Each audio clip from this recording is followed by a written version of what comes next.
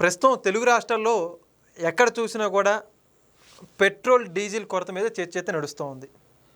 ఆంధ్రప్రదేశ్ రాష్ట్రంలో అయితే దీనికి కూడా రాజకీయ కుట్రను ఆపాదిస్తూ జగన్మోహన్ రెడ్డి గారు ఎక్స్ వేదికగా ట్వీట్ చేయడం కానీ, మరోపక్క వైఎస్ఆర్సీపీ నాయకులందరూ కూడా పెట్రోల్ బంకుల ముందు ధర్నాలు చేయడం కానీ, దీనికి మొత్తం టీడీపీ నాయకులే బ్లాక్ మాఫియాని ఎంకరేజ్ చేస్తున్నారు, వాళ్ళ చేతిలోనే పెట్రోల్ బంకులు అన్నీ కూడా గుప్పెట్లు పెట్టుకొని చెప్పేసి ధర్నాలు చేస్తున్న పరిస్థితి.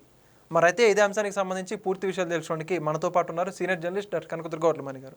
నమస్కారం అండి. నమస్తే అండి. మేడం, మొత్తానికి పెట్రోల్ బంకులన్నీ ఆంధ్రప్రదేశ్ రాష్ట్రంలో చంద్రబాబు నాయుడు గారి ఆధ్వర్యంలో ఉన్నాయంట. వాళ్ళ నాయకులు వీటన్నిటిని నడిపిస్తున్నారు.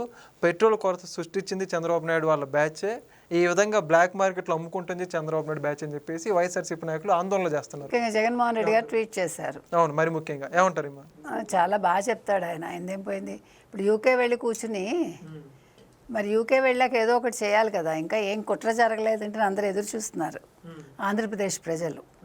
ఎందుకంటే ఇవాళ ఆయన ఏమంటున్నాడు, ప్రభుత్వం నిద్రపోయింది 3 రోజులు, ఆ ప్రైవేట్ వాళ్ళకి అన్నీ అప్పచెప్పేసింది దోచేసుకోమని.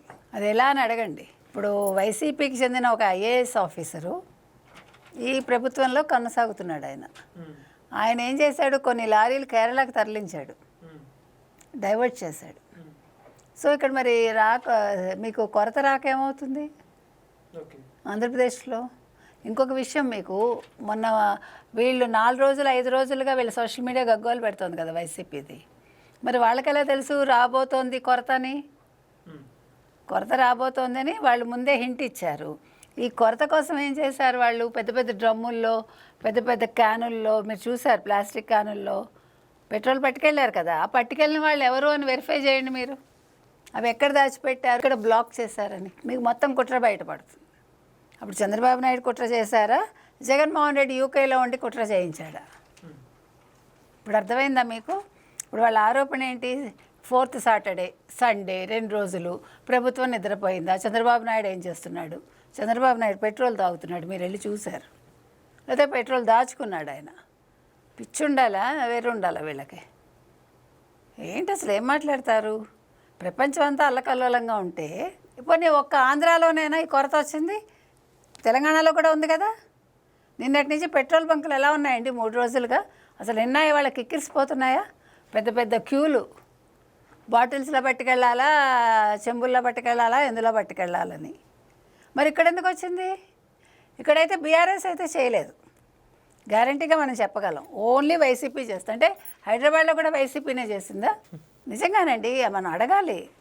చంద్రబాబు నాయుడుకి సంబంధం ఏంటంటే ఆయన వెంటనే రివ్యూ మీటింగ్ పెట్టారు. అసలు మీరు ఎందుకు క్రెడిట్ ఇవ్వట్లేదని నిలదీశారు. బ్యాంకులు సెలవు కదా 2 రోజులు, దానికి చంద్రబాబు నాయుడు కారణమా? అంటే మీరు బ్యాంకులు సెలవులు ఇచ్చుకోండి ఆయన కొత్తగా చెప్తాడా?